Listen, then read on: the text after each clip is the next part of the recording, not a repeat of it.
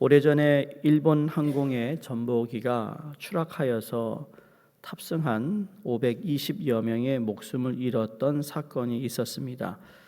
그 비행기에 탔던 사람들이 남겼던 물건 중에서 이런 쪽지들이 발견되었는데요.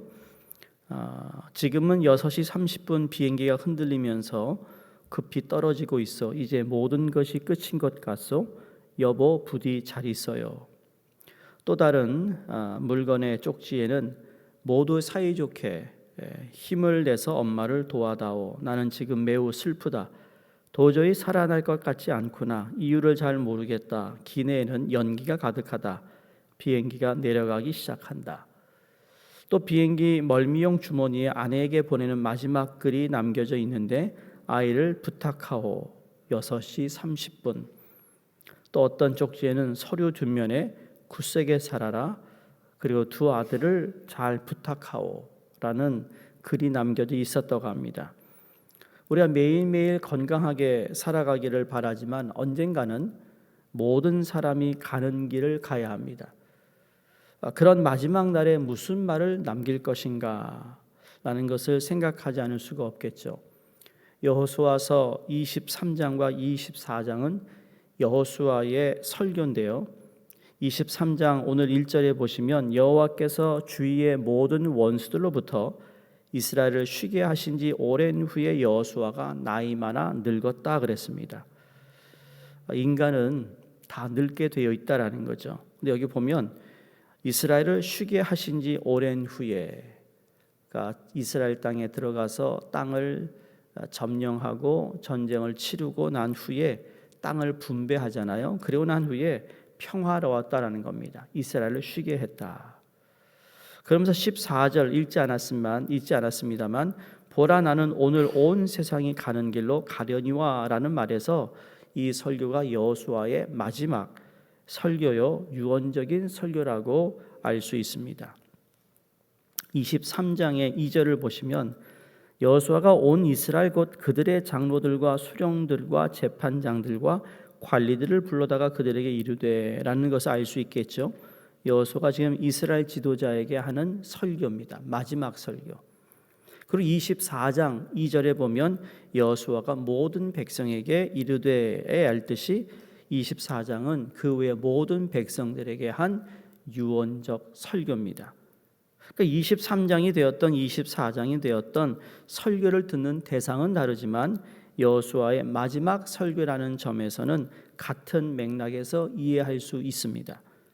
그러니까 오늘 여호수아가 23장에서 믿음의 용장인 여호수아가 백성의 지도자들에게 마지막으로 남긴 교훈을 살펴보면 은혜를 우리가 또한 발견합니다. 하나님께서 참 여호수아가 젊었을 때, 그렇죠? 젊은 나이에 지도자가 되었고, 그리고 이제 그가 나이가 들어서 마지막 남기는 교훈을 살펴보면서 우리 또한 어떠한 교훈과 어떤 마지막 이야기를 남길 것인가라는 것을 한번 생각해 볼 수 있기를 바랍니다.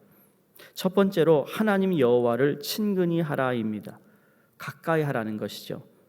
모세와 함께 광야 생활을 했고 모세가 죽은 후에 이스라엘 백성을 이끌고 요단강을 건너 가나안을 정복한 여호수아가 많은 말을 하고 싶었을 겁니다.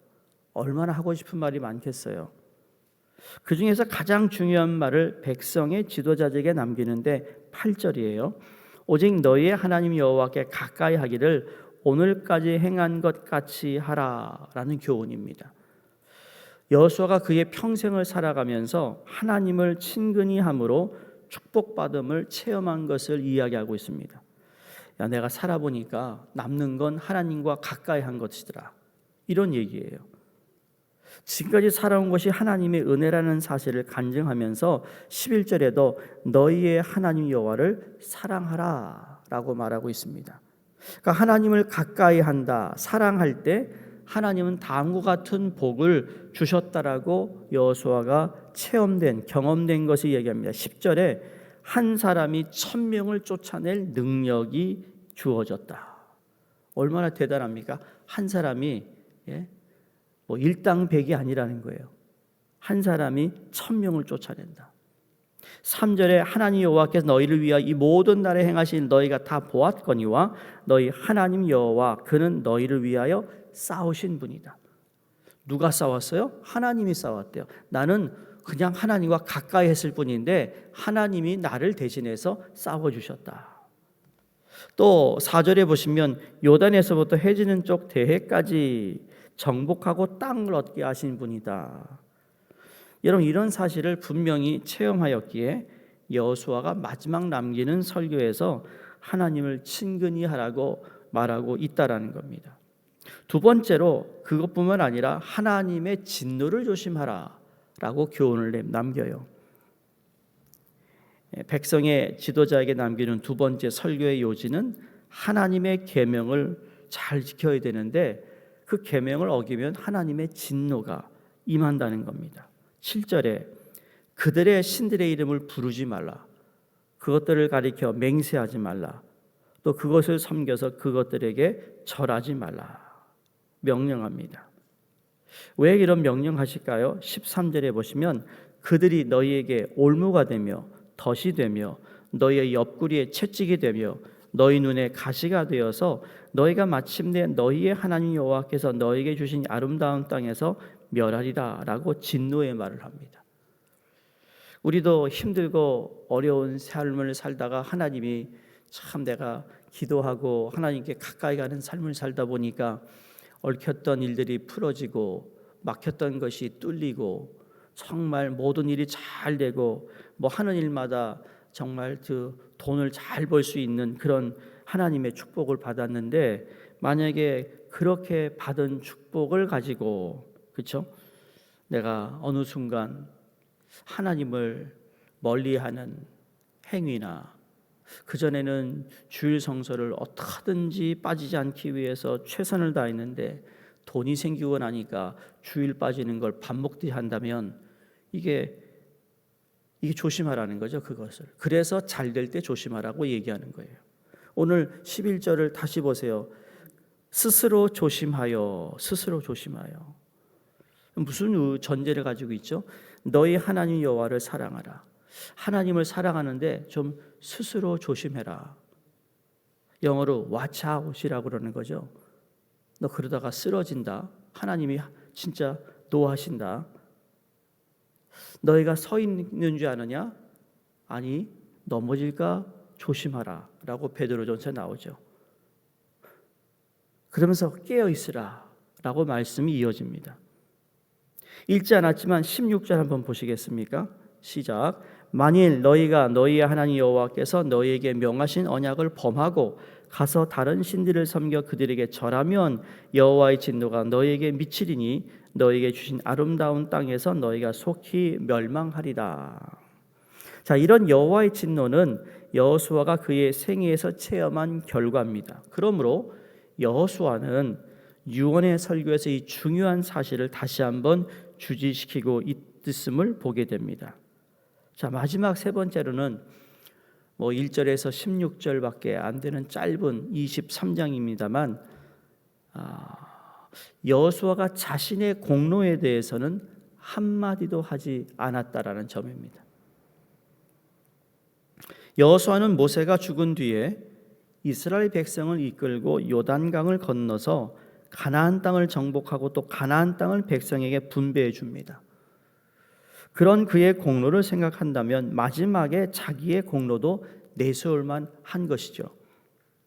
사울 왕이 사무엘상 15장 12절에 이렇게 기록되어 있습니다. 사울 왕이 자기를 위하여 기념비를 세웠다라고 기록이 되어 있습니다. 사울이 한 것이 별로 없는데 기념비를 세웠대요.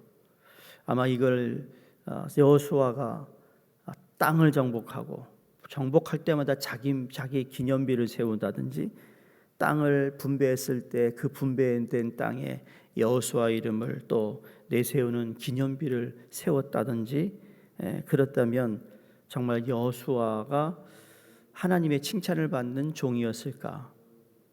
근데 여호수아는 마지막 설교에서 자기 공로에 대해서 하나도 말하고 있지 않습니다. 이것은 여호수아의 생애가 온전히 하나님의 은혜로 지내왔다는 것을 분명히 말해주는 것입니다. 근데 인간은요, 섭섭한 마음이 들 때가 있어요. 그렇죠? 연세가 들어가시면서 섭섭한 마음이 좀 많아진대잖아요. 그렇죠? 저 어머니가 그런다니까요. 야, 네 아버지 말이야. 조그만 거 가지고 이렇게. 요새 제 설교를 들으신다니까 말도 조심해야 될 것 같아요. 그런 얘기를 하시거든요. 인간에게 다 그런 마음이 있어요. 제가 지난주에 우리 PK 수련회하고 우리 영어권 목회자들 가족들 이렇게 컨퍼런스를 했잖아요. 제가 한 6, 7년부터 교단에서 그 일들을 준비해 오면서 정말 크게 지난주에 컨퍼런스를 잘 마쳤어요. 많은 사람들이 돕고 해가지고 했는데 마지막 그 집회, 이제 저녁 집회 때 저에게 목사님이 지금까지 많은 걸 했으니까 한 5분이나 10분 우리 교단에서 다음 세대를 위해서 어떻게 이렇게 했고 또 어떻게 했고 뭐 이런 얘기를 좀 해달라고 하더라고. 그래서 알았다고. 근데 예배를 시작하고 찬양을 하고 막 애들이 찬양하는데 그러고 나서 제가 그거 찬양 끝나자마자 그냥 뭐 생뚱맞게 그런 말 한다는 게 맞지가 않더라고요.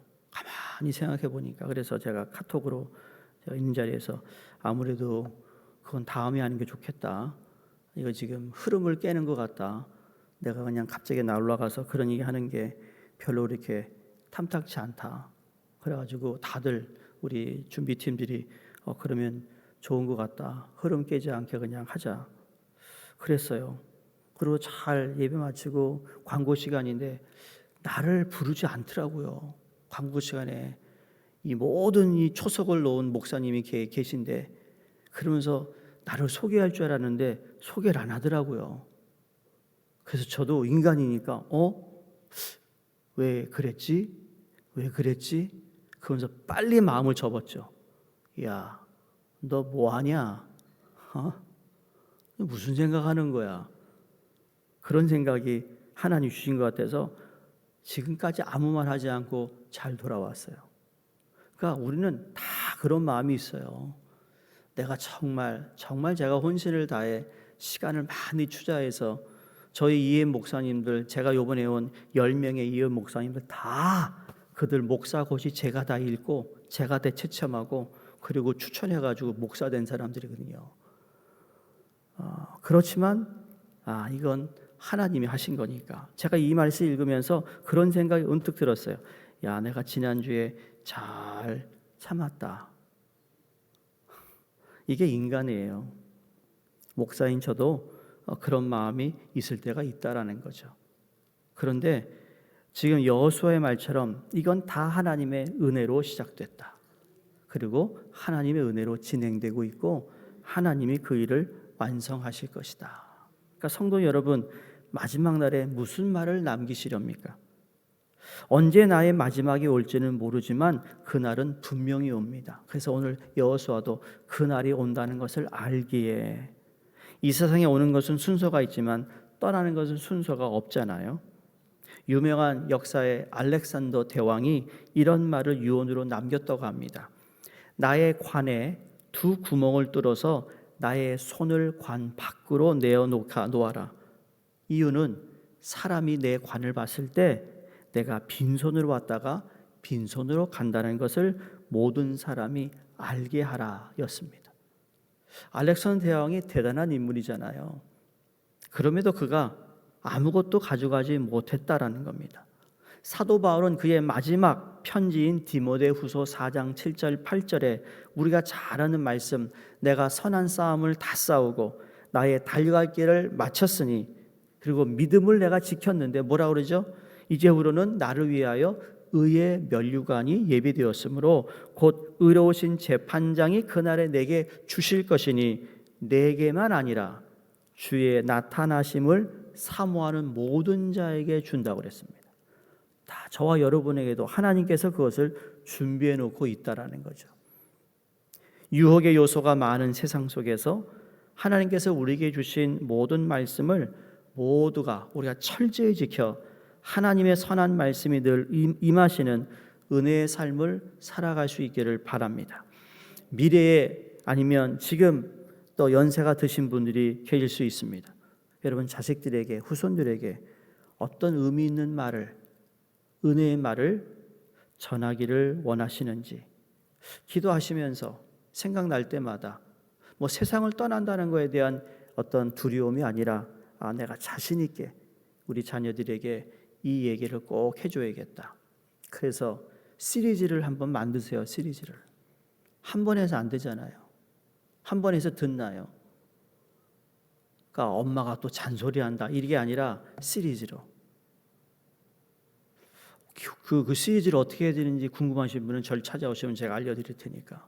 예? 몇 가지 얘기해야죠. 하나만 얘기할 수 없잖아요. 시리즈로.